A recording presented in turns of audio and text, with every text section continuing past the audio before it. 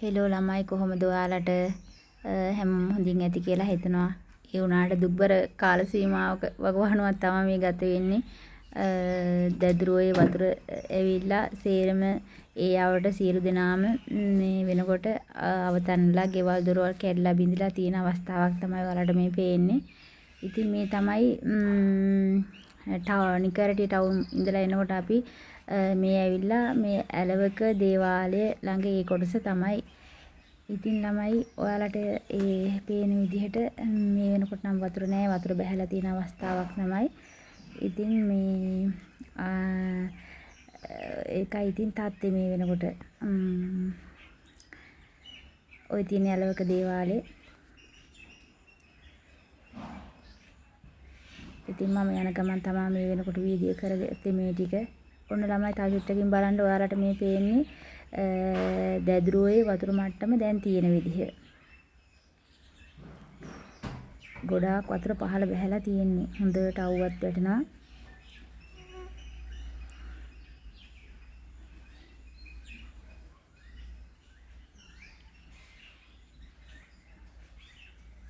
හදිස්සියේ වැඩකට ගිහිල්ලා එන ගමන් තමයි මේ වීඩියෝ එක දාගත්තේ. ඉතින් මට බැහැලා වීඩියෝ එක කරගන්නත් වෙලාවක් නැති වුණා. ඔය කට්ටිය ඇවිල්ලා බලනවා. ඉතින් මේ වෙලාවේ ඇත්තටම බලන්න ලාභහානි ගොඩයි. මේ තමයි ඇලවක විතිකුලියේ ෆාම් එක මෙහා පැත්තේ තියෙන. ඉතින් ඒකෙත් වතුර ගොඩක් ඇවිල්ලා මේ ඉතින් ගොඩ අලාභහානි ගොඩාක් වෙලා ඔය පාර ගස් තියෙන ඒවා දෙපැත්ත නාය ගිහිල්ලා වගේ දෙපැත්තට හේදිලා ගිහිල්ලා. ඉතින් ওই දැන් තියෙන තත්ත්වය තමයි වතුර බැහැලා අවසන් වුණාට පස්සේ ඒ දකින්නේ ඔයාලා.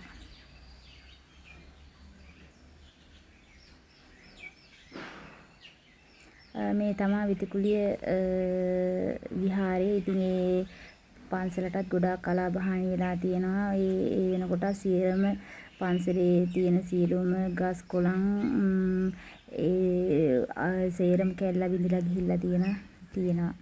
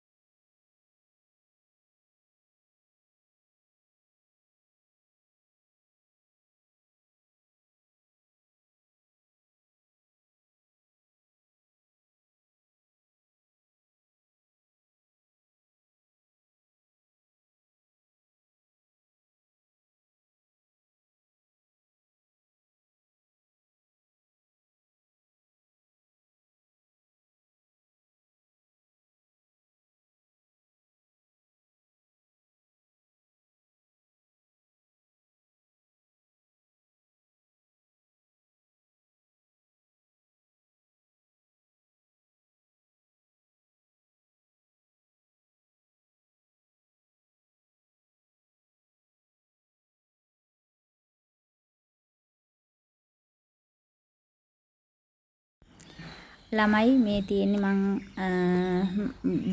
ඇවිල්ලා දැන් මේ තුන්වෙනි දවස් වගේ මම වීඩියෝ එකක් කරා. ඇත්තටම දැන් තියෙන තාත්තේ ඔය දිහා දැක්කම දුකක් හිතෙනවා. ඔයට වෙලා තියෙන දේ දැකලත්. ඉතින් ඒ වගේම තමයි ළමයි මේ දැදුරුවේ දැන් තිබ්බා වගේ නෙමෙයි දෙගුණයක් විතර විශාල වෙලා තියෙනවා. ඇත්තටම දැන් ඒක එහෙනම් මහා බයක් දැනෙනවා. මොකද ආයෙ පාරක් ඔය වගේ ඒ ගම් වතුරක් ආවොත් එහෙම දැන් ඉතින් මේ දෙපැත්තට ගලන සීමාව වැඩි කියලා හිතනවා මට දැනෙන විදිහට.